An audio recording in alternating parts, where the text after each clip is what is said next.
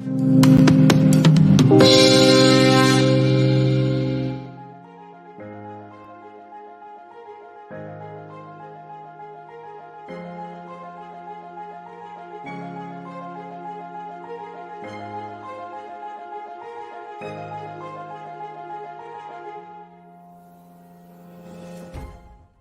morning, everyone. Happy Monday. Welcome back to Faith Family Focus. I am your co-host, Faith Suggs, former Duke women's basketball graduate and current CEO and founder of my company, Brand by Faith, a social media and branding company dedicating to telling the digital story of our clients. And this wonderful man next to me is my father, Shafer Suggs, former NFL player with the New York Jets and the Cincinnati Bengals, and has also served as VP and on the executive board for the RPFPC, the NFLPA Chicago chapter. Good morning, Dad. How are you? Good morning, Faith. Happy Monday. We have snow here.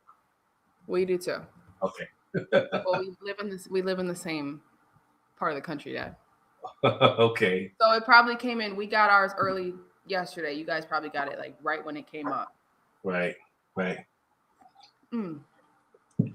Yeah. So I mean that's fun, but it seems about right for us to get snow after we had wonderful weather. I mean that's the most Midwestern way of living there is.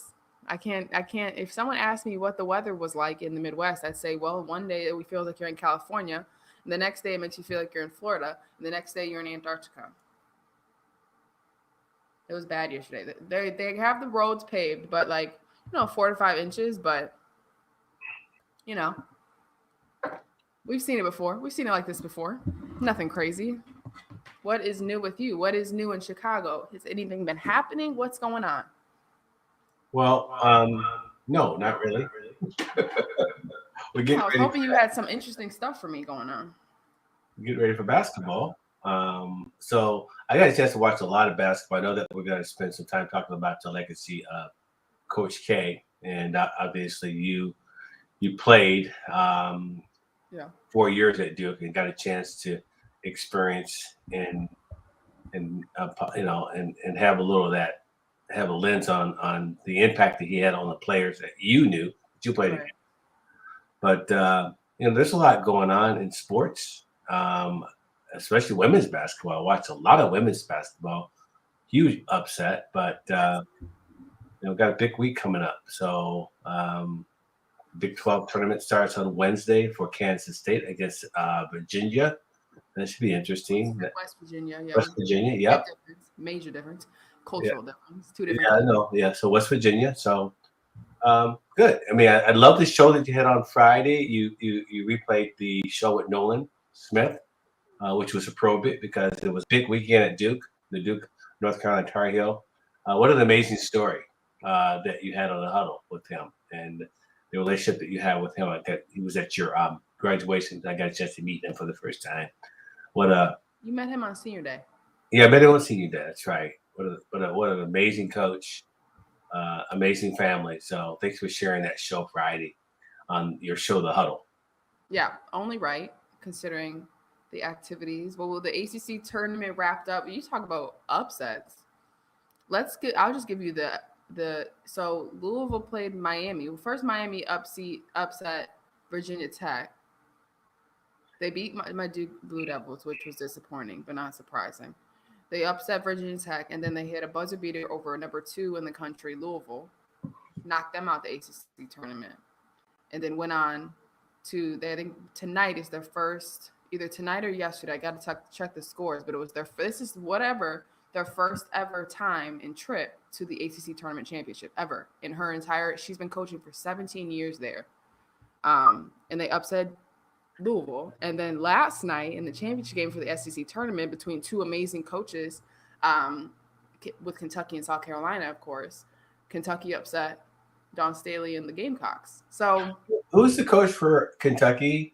Kyra Elze. She was the assistant under the coach at Kentucky for a long time when he resigned and stepped down early last season. So this is her second season, I want to say. She's been their assistant for a very long time. But the SEC has, I believe, 3 to 4 black women head coaches, with Georgia, South Carolina, Auburn, Kentucky, and then there's one in there I believe I'm missing. So they have a pretty cool thing going on over there. But yeah, she knocked him off. That's upset. Poor Dawn.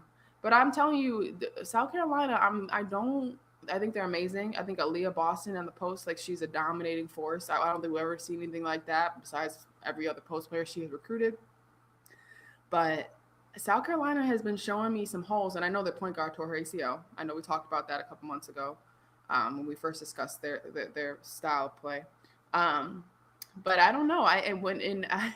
I'll put the pressure back on you as while I'm talking is who do you think is going to win on the men's side? But I'm thinking about who's going to win on the women's side, and I just don't know. We have upsets across the board, and not just on the men's side, but on the women's side as well. This is Well, it's a different year. it seems like a year in all sports has been so much more parity um, in the sports. I mean, even the football season, but now in basketball, um, it's a lot more parity that I don't know what you attribute it to, but it's kind of exciting knowing that there's not that one powerhouse UConn that you knew that was going to win Well, for yeah, the women's side. struggling. You're right because what's her name had injured her knee earlier, and now she's back. What's her name is who? Paige Becker is back Okay, playing now. But I don't know. I mean,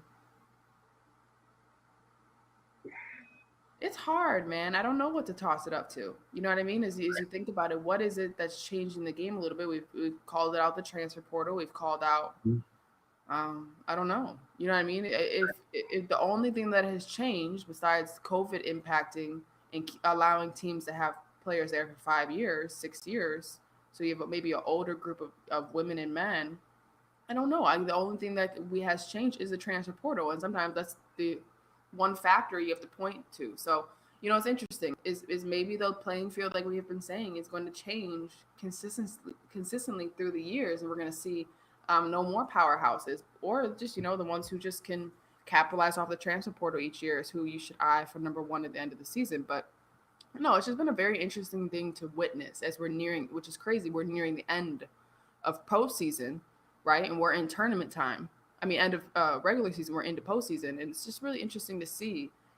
Once those first games of 62 happen, who makes it to at least round of 16? Because round of 32, I mean, 62 and 64. So it's 66. 60. Well, it's not 66. Don't they have two play-in games? They have a play-in. So 64. This is new. This is a new change. It's 64, but they have a play-in game normally. But let me pivot really quick. From your experience over the last 10 years of your life playing women's sports and being able to look at college basketball, do you see the landscape of coaching changing now that Pat Summitt is no longer around, Muffet is no longer around for Notre Dame? You see the coach from Baylor step down. She's at LSU. She's at LSU. Okay, so tell me, where do you see? And it's kind of a good segue into Coach K. The generation of women's coaches, the dominant coaches, you see that changing. Who's going to be the next group of dominant female coaches that they're going to make their mark and have a legacy in women's basketball? Well, it's interesting you asked that because we don't know, right? So there's this, and it's on both sides of it, right? We talked about it on the men's side, and it's very interesting that you mentioned it about the women's side. Is yes, these coaches are stepping down. Yes, they are. Echo. Yes, they are moving to the next spaces. We watched Kim Mulkey move from Baylor to move back home to LSU. We watched coaches step down. We're watching head coaches for the first time win conference tournaments last evening with Kentucky. It's just a big change. And Pat Summitt's been out of this game for a very long time. God bless her heart. For over a decade, and Muffin McGraw's going on her third or fourth season removed from Notre Dame, and of course my own coach, Coach P. Watching that generation step down, it's just very interesting. I don't know. We're seeing a different style of play for players, and this is, of course, on the men's side as well. We're seeing a different side of coaching perspectives, coaching philosophies. We're seeing a different style of coaching staffs, who we're hiring, who we're not hiring, what players we're picking out of the transfer portal, dedicated off of what our staff looks like. I mean, we're just a lot more evolved, and it's like we have awakened a new beast of college sports, right? A new arena for what it can look like, and it's exciting. You know what I mean? Like the kids have more personalities, they're more individual. We're seeing them, jump at the opportunities for post-game interviews. We're seeing them have so much more personality during the games, right? We're seeing coaches have more personality. It's just all together. It's like each year, each time you go through a new generation, it gets better and better and better, right? And that's just from learning from the prior. But it is similar to how we're talking about the men's side. It is just like that on the women's side. The game is evolving. The coaches are changing. They're not looking like they once did. The coaching staffs altogether aren't looking like once did. The young ladies are different, right? Like they're just different, right? And so the jerseys, right? We're looking at something like women's basketball in total is getting a very big identity shift, and it's pretty neat to watch and witness. If you're people like us who have been watching the game for years and years and seeing its growth kind of happen from the era of, Pat Summitt. But I will say, you guys know Vivian Stringer's still in there. So yeah, I was asking my brother, Mike, is Vivian Stringer still coaching at Rutgers? Yes. Okay, wow. Yeah. And then so Vivian Stringer is still coaching. Of course, Tara Abanda. Yeah, she's still coaching at Stanford. She's been around for a long time. So it's kind of neat, but you do see a shift. Look at Don Staley, who is going to be a really great coach for a long, long time, I think, in my opinion. But I just wanted to ask you that question because you're seeing a shift in the generation of men's coaches that have been around. When Coach K started, the Dean Smiths are gone. The Roy Williams are gone. A lot of these coaches going. You see a transition into a whole new generation of basketball. And now, as we enter the space of name, image, and likeness, the space of portals, this new generation of coaches and how they navigate through it. And that's one of the things that I thought I'm pretty impressed by how Coach K, over the years, if we continue to kind of pivot into his story, how he kind of, at the end, this last 5, 6, 7, 8 years, made that transition on adapting to the one and dones, adapting to. I'd be curious. I would be curious how if the name, image, and likeness and the transfer portals happened 20 years ago, how would Coach K respond to it? That'd be interesting. But I can give you input on that. Okay. My first year was the first year post one and done for the first time ever with Duke, and it wasn't easy. Like he didn't have a choice though, right? So I think this is a lot of coaches. Didn't he have a choice? You didn't have a choice. Either the kid, you're going to recruit kids who are good and they're going to go one and done. You can't make them stay. Okay. Or you're going to recruit the kids who aren't good and aren't one and done, and you don't win. Okay. It's as simple as that. Right. And so Roy Williams fought that way harder and longer than Coach K did. Coach K, Calipari, they leaned into this change that is one and done. That I witnessed it happen, right? And it's not easy. Good morning, good morning. When you lean into one and done, you also open the door to, parents, managers, branding, marketing, all the stuff that comes in with these kids that are only spending 8 months under your care, right? So we witnessed, the evolution of after that 2015 national championship, and 5 of his athletes who are freshmen go and play for the NBA, and the only ones staying behind were, I believe, 1 from that class with Grayson Allen, who ended up going the 4-year route. He had to lean into that change or else he was never going to win again, right? And so when we witnessed Roy Williams do that, and Roy Williams, the reason he went to 2 national championships within those 4 years of me being in school is because he still had his 4-year athletes with him that were coming to their junior, senior year that he convinced to stay. But I have heard on multiple occasions that he has also, and this is all just through the grapevine of being in the triangle and playing for people and playing with people who have siblings and friends and stuff. And it's just Roy Williams leaned in it too late. And North Carolina will always have the identity of the 4-year athlete, where I think Cole Anthony, who was just in the dunk contest, was his last one and done that I can speak on in the recent, right before his retirement. And so, like I said, Coach K really didn't have an opportunity to say no, because if you want to win, excuse me, if you want to win, you got to lean into the change. And that's what he did. It wasn't easy. I'm not going to say Coach K did it with all flying colors.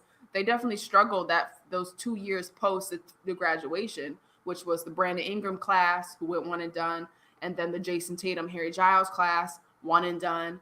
All stars now, NBA all stars.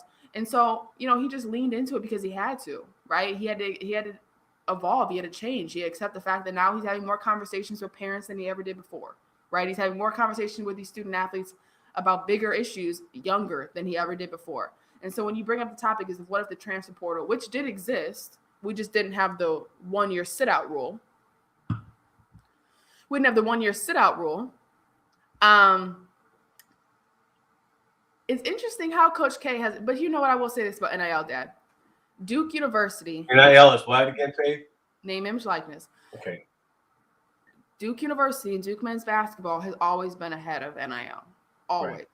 Right? It wasn't legal. They weren't doing any illegal things, but they were ahead of the social media. They were ahead of the branding. They were ahead of putting these student athletes to the forefront of the whole program, making sure they got the right interviews, make sure they were on Sports Illustrated, make sure they do all that stuff to best brand them. And so Duke men's basketball really kicked off, I think, that era of creating the entrepreneurial, educated athlete, right? Teaching them and you know what I mean? Look, let's take Duke today and Duke 15 years ago, right? Social media was just kicking off 2020. I just realized how old I was. Duke was social media kicked off 20 years ago, not 15. But if you think about it, in comparison to how it was early on, it was the team, like my shirt says, like Coach P tried to put on their shirts. But now you see, we highlight what's the kid's family like? What's their favorite ice cream? Where do they go eat in Durham? What do they like to do? What's their spotlight? Why do they like Duke? What do they want to do? What's their biggest dreams? Who's their favorite NBA player? Who do they think their NBA player is like? All of that matters, right? Because now them saying all that, right? They're branding themselves to brands. They're telling Bojangles to sponsor them because that's their favorite company. They're telling this, right? And so it's an amazing shift in how Duke has capitalized off it, and we're seeing a lot of schools try to keep up. But, Coach K, I think he did the best job, like Calipari did as well, buying into the business of basketball and accepting that you cannot fight the change, right? You can't fight the evolution of college sports, right? Because it just continued. Once Zion hit the wave, it was over. We could not take college basketball back to where it once was when that young man came to Duke University. It was over. You know what I mean? And so I think one thing that he did well was he just leaned into it because he had to. Because we've seen a lot of coaches who are retiring lately who fought it, right? And they're struggling. They can't figure it out, right? They can't understand, why is it important? Why is this benefiting the student athlete, right? And so as you think about it, it's just one of those things. It's either you let go and let God, like we always say, or you fight it and try to continue to make it your program, your process, your mission, your goals for these student athletes. And you're going to stay subpar amongst some of the greatest schools in the country because of that, Yeah, I was just pulling up an article on how he actually initially embraced the NIL law when it first came out. Nice little article there, it's time. So, as you were sharing it with me, I do remember how the Duke women's program, how they did sort of the same things with you, each one of you, by posting stuff about what's your favorite clothes, what's your favorite food. I mean, you did a lot of things, and you took nice pictures of the girls, dressed up as you did a lot of good things that helped brand you young ladies. So you guys really ahead of the curve. Well, what my freshman year was not that case. Freshman year, well, every school takes the nice photos. I want to say that. Okay. But they don't broadcast them the way Duke did. Okay. Social media and I can speak on this now that I make a living off it, social media wasn't a priority to these organizations, right? Early on. It had still been viewed as a weapon, right? It was still a bad thing, right? It was still new. We still couldn't, the way we treated TikTok when it first came out.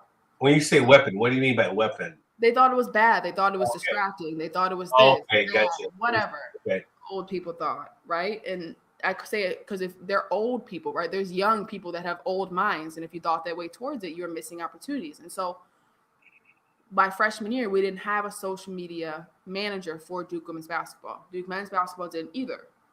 We were running under our SID, and your SID is your sports information director. That's the person that handles the press conferences. That's the person who lets you know when you have a 1,000-point score or this or that or all this stuff. They help you stay organized with the media. It was like Lindy, right? Lindy is our SID. And so sophomore year, they hired Selena Castillo, and Duke hired, after Duke men's basketball saw us hire Selena Castillo, they moved their Dobo to David Bradley to social media branding, stuff like that. So what they did on our side was we started posting on social media. We started setting up graphics and getting the girls to do individual stories and videos and clipping and taking film and taking the five top plays and stuff like that, right? Yeah, I remember that. Well, on the men's side, they saw us doing it and they were like, wow, that's a great idea. We have more money. Let's create a social media hub. So they created a literal room with 5 to 10 people working, right? Videographers, photographers, social media postings. They had outsourced to graphic designers to create content. Like, I don't know if anybody has seen, but if you have social media, take the chance to look at Duke men's basketball on social media on Saturday, and they posted at least 10 times, right? 10 different things. Videos of Coach K back then, videos of Coach K now, players saying hello, LeBron James speaking out, Michael Jordan speaking out, right? All these things they put out for Saturday, there was a team behind it, right? And so they were already ahead of NIL, right? And all they had to do was Coach K say yes. And why would he say no, right? If they're convincing him, they're telling it's going to be resourceful, it's going to help you with recruiting, it's going to be with this, yes, do it. And so that's the biggest thing we saw. Social media change. I think social media immediately influenced NIL, no question, right? Because it gave visibility to these athletes individually and not just as a surface level, right? Like when Jay Billups was playing, we didn't know who Jay Billups was unless Jay Billups was interviewed by us. You understand what I'm saying? Now, if we want to know who Zion Williams is, we can go directly to Zion Williamson on his device. Yeah, interesting. Figure out who he is. And so that's why NIL was just such an easy transition for Duke because they were already kind of ahead of it. And it was easy. All they need to do was tell Coach K, hey, it's going to help with recruiting. Okay. It was $100,000. Right. Well, the neat thing about it is I saw that. I didn't realize that they embraced the concept from the women's program. I remember the top 5 plays. I remember it was for me, as a dad wanting to know everything that's happening with. It was a good thing because I was able to really, without even having a conversation with you, know what was going on with your program. It was great. Right. No, right. But we say people wonder what made Coach K such a great coach. One of the things that made him such a great coach is that he just moved with the times. Yeah. And that's why you see coaches like Calipari, Bill Self, Mike Krzyzewski, Roy Williams at times was they were behind though. North Carolina was struggling with that. They took too long to get a social media team over there, but they're doing better now. But you watch someone like Calipari. Calipari had it early, right? He figured it out early. How do I get these kids to want to come here? We got to be cool, right? Everything's always, no matter what, cool sells. When you're selling to 16 to 18-year-olds, what sells? Cool sells, right? The bright lights, the shoes, the gear, the rappers. They had Drake at every media day. Are you kidding me? Drake's a multi-billionaire. They had him there, right? And so Calipari, bought into that early. Coach K then bought into it. Bill Self does a great job at Kansas. They market those kids. When I was over there the other day, when I got to watch the Kansas State-Kansas game, they had those kids on T-shirts in the lobbies, right? Kids had their own T-shirts, right? I don't know if they make money off them, but they probably do. So it was just they're way more advanced, and you can see why that's why they coached an extra 10 years or an extra year or an extra 5 years than some of the greats we've seen, right? Yeah.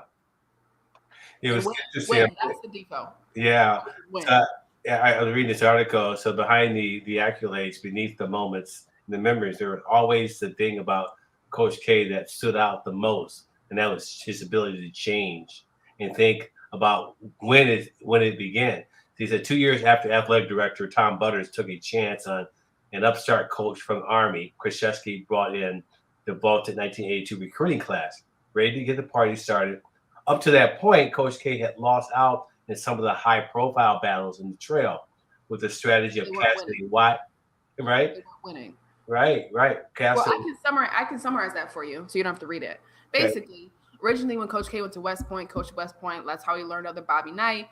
Coach K, I don't know if you guys know this, but him and his wife Mickey, Coach K went to Korea. He was in the army. He's in Korea. Mickey, they said that during the game, Mickey flew over there with their first daughter. Because they in the army, you can't sleep with your significant other. She stayed in a supply closet, and the daughter slept in a suitcase for 3 months. They slept in a supply closet for 3 months so she could be near and support Mike. They come back. He gets the job at Duke. It's not. He says 3 times they took a chance on him that propelled him to a 42-year career. He gets the job. That's chance 1. They let him keep. He said that he wanted to quit the job, right? Back in the day, they told him no because it was hard. He was physically, mentally exhausted. They said, don't do it. And then he said the third one is when we were losing, and they took a chance on me and let me to have that 1 year. And that's the year that saved Coach K. They went and won. And since then, Coach K has been at Duke University for 42 years.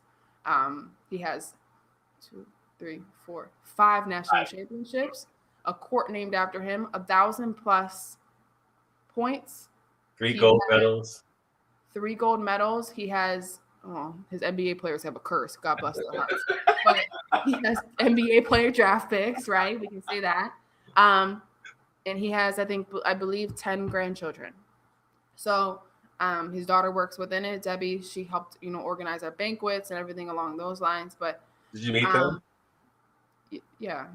That's I went to school there for 4 years. Debbie organized our banquet. Mike. Your banquet. Okay. Yeah. Oh, wow. That's great. His grandson, Mike Savarino, was on the team. I think we all know that. It was his senior night yesterday as well, so that was kind of sad. Oh, that was neat. But yeah, I mean, he has been with them for, I believe, 3 athletic directors. Yeah. 3 or 4 athletic directors. I mean, if you think about it, a man has been at a university for 42 years. 42 years he's been at Duke University. He never has changed. He has never switched schools. He has never, see, there's Nina, and then there's President Price behind them, and then there's Mickey, of course, his wife. And then here's kind of from back in the day with us on my visit, a little Devin was. That's a really great picture. And there's another one right next to us, Joanne, but then there's a picture of him and Bobby Knight also together. Yeah. I don't know if they've updated anything. I have to go back and see everything.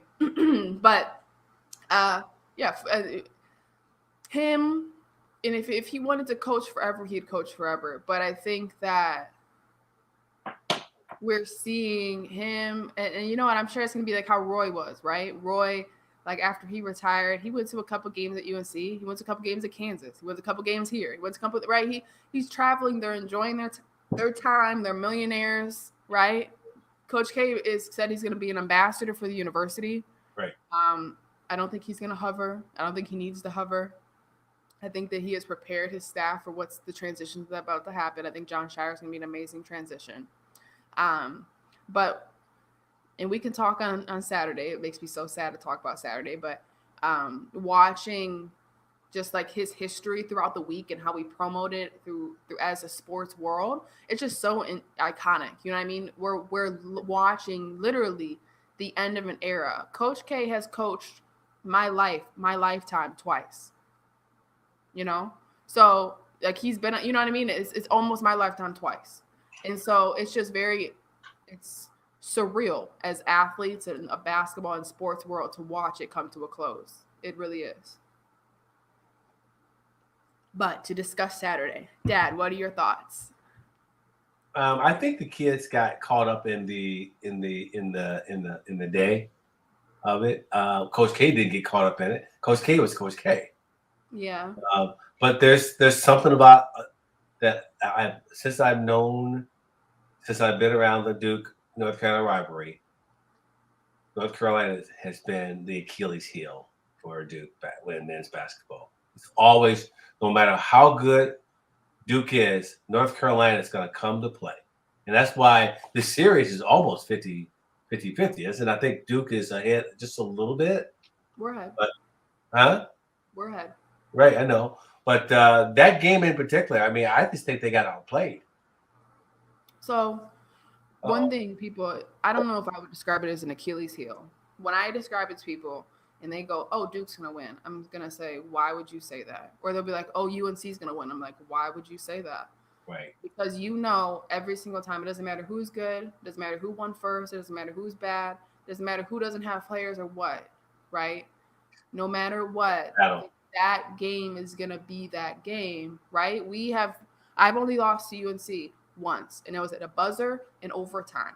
So, like, if you wrap your head around that, like, no matter what, in order for you to win that game, and that's why I knew the game they won at UNC that was a blowout wasn't right. It didn't seem right for the era. I think it was because, it's a new coach. Coach Davis is over there. They're implementing their culture and everything like that. It doesn't matter. No matter what, the game's going to come down to the wire. It's going to come down to the last 5 minutes every single time, right? And that's because you're playing two organizations that have played against each other in and out, right? In the entire year, they're hoping for that team to win every time lose every time they see them on TV, right? You have, you know what I mean? So it doesn't matter. It'll never be, oh, well, we know so-and-so's going to win. Don't bet on that game. Do not bet on that game. Don't bet on that game. You'll lose your money. And so my thoughts, Duke is not Duke this year. One, right? We're seeing a new. So why do you say that? We're not. There is no star. Okay. Right? We have great players, but there's no star. Okay. If we look back on our years, we've had stars, right? Yeah. Handled by a bunch of little stars, but stars, right? Right now, we don't have one standout. And so there's no question. Early in the season, we watched them play. We were like, okay, well, I don't know if this team's going to win the national championship. We said that outright, right? It was different than when we had Zion. We were like, they should win the national championship. They had Jason Tatum. They should win the national championship. Jaleel Okafor and them. They should win the national championship. This year, we never really set the goal as fans, and I call myself a fan because we witness from the outside, and our perspective is not aligned with the inside. We have never called it the national championship 2022 team. We never said that. No one said that. So going into this evening, I don't know, and I know Coach K said this afterwards. He said, I apologize. And I think people were like, why is he apologizing? They must think he apologized because they lost. No, he's not apologizing because he lost. He's apologizing for all of that. Right? The hoopla, the hype, the players, all that shenanigans when he knew that this game was one of those. And in his entire year, his reign, the 1,000-point presentation, the court presentation, all of that stuff, the national championship presentation, he never, ever allowed it to be bigger than what it should have been, right? And Duke took that like they should have, right? They gave him his flowers. They blew it up and all that stuff. And we proved his era of coaches exactly right? They always say, don't get distracted, don't do too much, don't do this, don't do that, don't be on your phones, all that stuff. We proved it right, okay? We lost.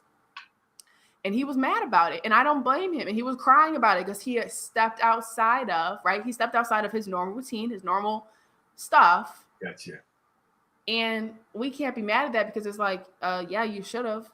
You've been coaching at this university 42 years. It's your last game ever. But we put a lot of pressure on the shoulders of that team.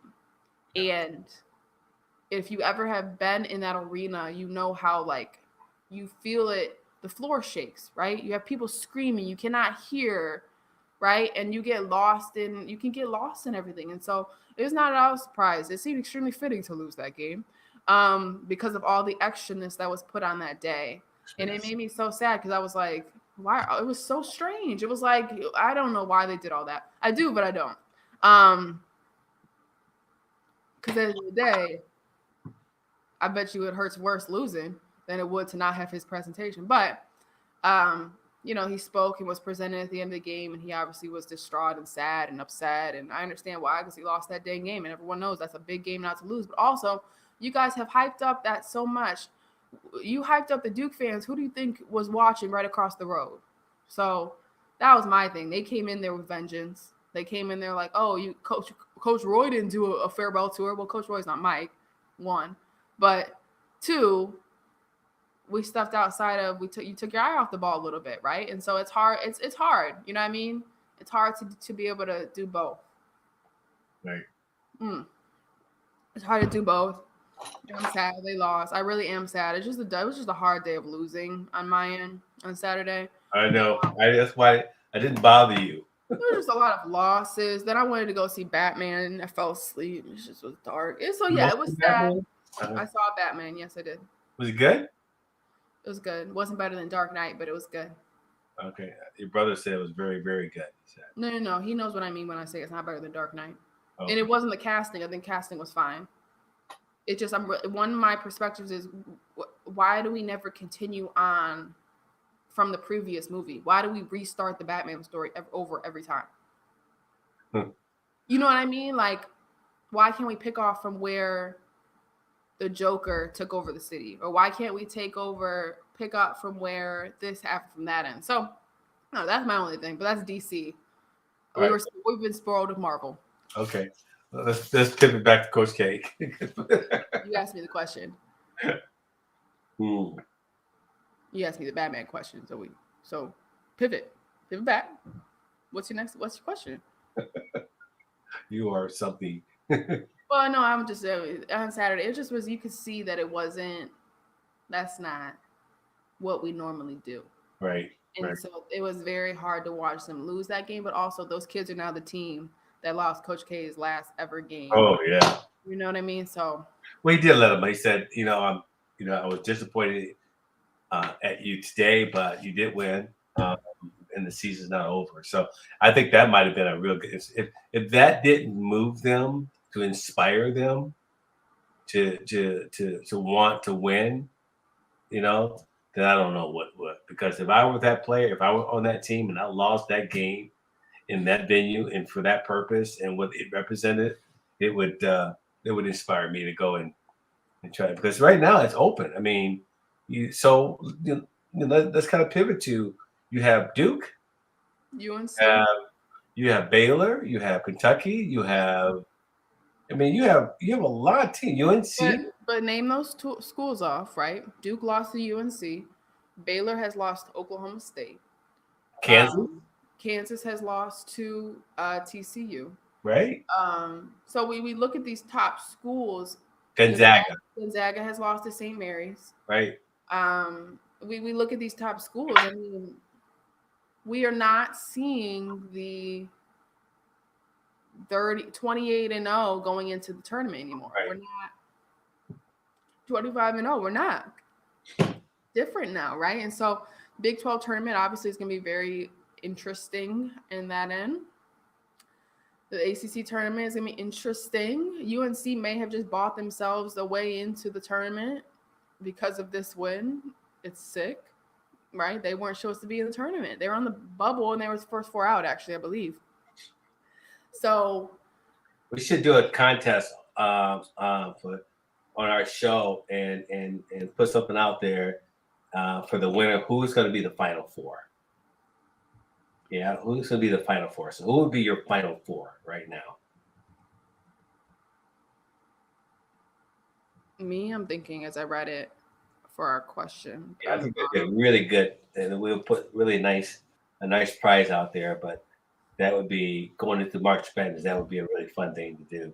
I think Gonzaga is going to have the easiest way. So you got Gonzaga. I'm gonna write this down. Gonzaga is going because they're going to have the easiest path. They always do. I don't care how people take that. They always do. So I know my cousin Sandra is watching. There's a lot of people watching. Go ahead and chime in. We still got a few more minutes. if they are willing to put their Final Four in there. I think the Big 12 could have 2 teams. You think you think Baylor and Texas, or Baylor and Kansas? Kansas and Baylor? Baylor and Kansas, and honestly, Texas Tech might sneak into the Sweet 16. Wow. But you know why? You want to know why I say that? Because I'm educated. And they're having 7 teams go in. 5 to 7 teams get in, right? So at the end of the day, they're going to have a monopoly on the dang tournament. What about the Big Ten? Who does the Big Ten got going in? Purdue? Purdue's going to number 1 seed. Michigan just upset Ohio State last night. Yeah. Michigan upset Ohio State last evening. So Michigan's going to be in, but I don't think they'll make it to the Final Four. They're not that impressive. Ohio State's going to be in. I don't think they're going to make it to the Final Four. So you go to the Sweet 16. The result of the Sweet 16 is what is the result of the Final Four, right? No, you have Elite Eight. The Elite Eight, yeah. 6 games. So should we do the Final Four, or should we do the 8? 4? Final Four. Who has time to do all that? If you try to do the Elite Eight, you're gonna lose. Because the Elite, you just don't know. Because we always have one sneaker into the Sweet 16, and we always have one sneaker into the Elite Eight. Both sides of it, men and women. It always works out the way. Who's gonna sneak in the Final Four then? I don't think anyone's gonna sneak into the Final Four. You don't think a sleeper that's gonna sneak in, like a Loyola or no? Loyola's going to the tournament. Yes, they won. Their coach is with Oklahoma now. Yes, I know. I watched him. Just making sure you know that's not gonna happen. Yeah, no. All right, you're still sore about Saturday. I know. So that has nothing to do with Loyola now. Well, he's the coach though of Oklahoma. Right, but he was the coach of Chicago. That's why I said Loyola. Who's your Final Four then? Who's your great coach? They're not going into the tournament. I don't know. It's hard. I told you Gonzaga's gonna get there because they always get the easiest path. They always do, Dad. I'm telling you, Gonzaga and UConn have figured this thing out. Okay, so we know Gonzaga is gonna be in. Who else? So someone from the. I don't think they're that good. How about Kentucky? Has Kentucky got a chance? Wait a minute. What about Auburn? That's what I'm saying. I think Auburn has a better chance than anybody else in the SEC. So Auburn, Gonzaga are for sure, I think. So from the Big 12, you got Baylor and Kansas, and possibly Texas, or Texas Tech. Not Texas. Texas A&M. Not Texas A&M. Which Texas, honey? Texas Tech is not going to the Final Four. They don't have anybody that's okay. So who other than Baylor and Kansas from the Big 12 have a chance to go to the Final Four? Okay. Who in the SEC other than Auburn? You have Kentucky. Maybe Kentucky? Maybe Kentucky. Maybe.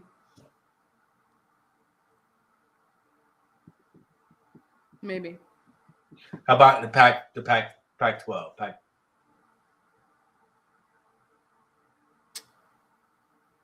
How about the Big East?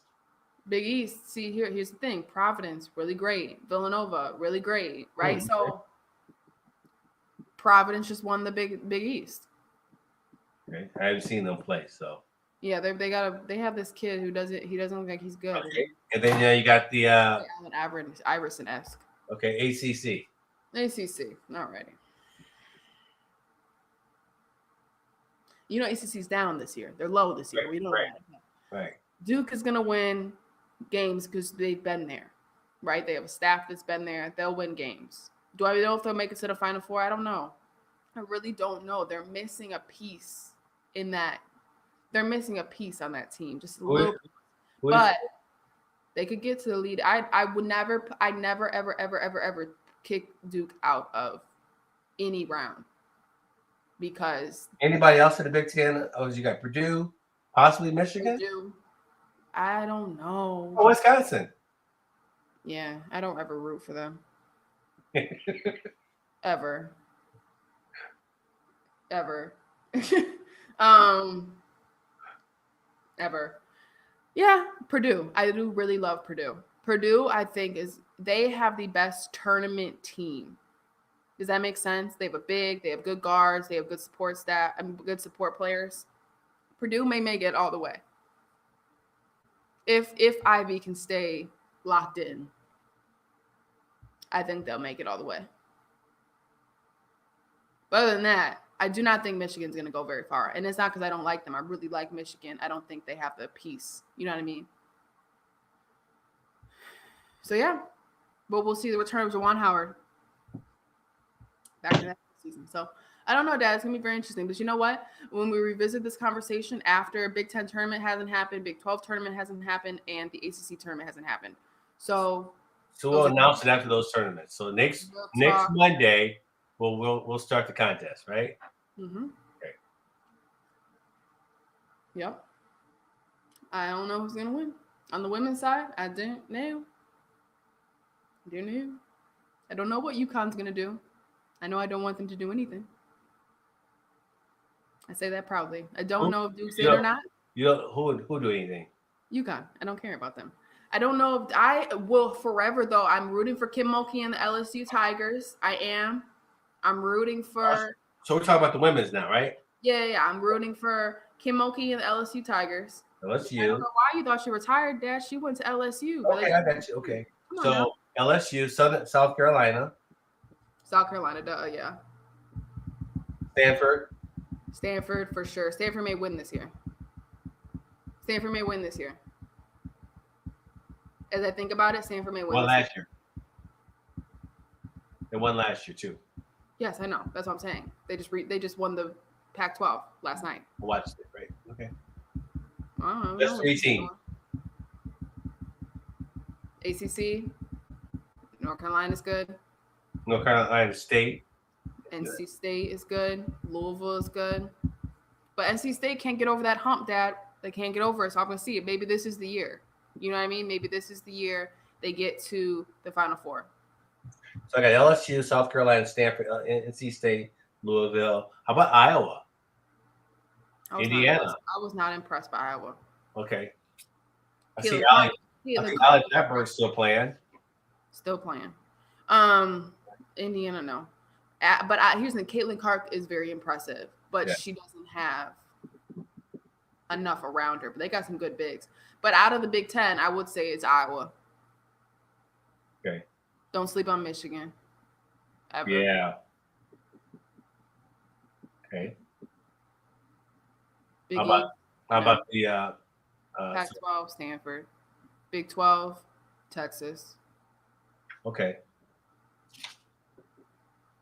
It's the women they normally, it's a lot easier with the women because there's normally only about 8 to 10 teams. Oklahoma's in there. Iowa State's in there. Yeah, go take a look at the rankings. You'll see. Okay. I'm telling you, this year is just weird, man. It's weird. So, okay, we will see. Predictions will be starting next Monday. Do some research, and we'll present our top 10, and then we'll present our 8. I'll allow you to do that, but we'll present our 4. And in that 8, you have to have one sleeper. Okay.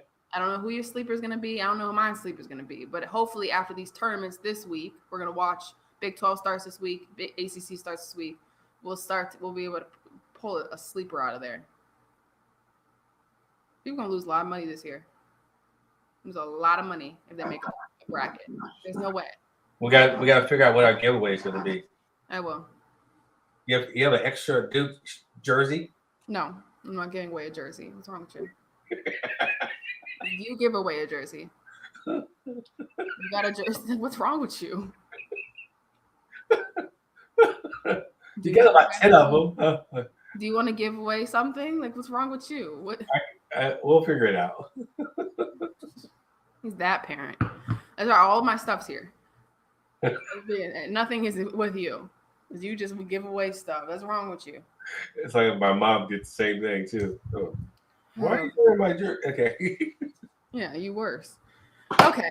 You are worse. Well. Great show for you. Great show. Thank you, everyone, for joining us this wonderful Faith Family Focus Monday. Again, this is Faith Family Focus. I want to thank E360 TV out of Phoenix, Arizona, Apple TV, Roku, Facebook, YouTube, all the ones that have covered us, of course. Feel free to share the show and visit us on Monday to discuss your teams of who you think is going to be the Elite Eight and the Final Four. And of course, this is Faith Family Focus. We use our faith vehicle to help heal and sustain others and strengthen their family core. And of course, our slogan. Let go, let God, let go, let faith, let go, let love. Everyone have a wonderful, wonderful, wonderful Monday, and we'll see you guys soon.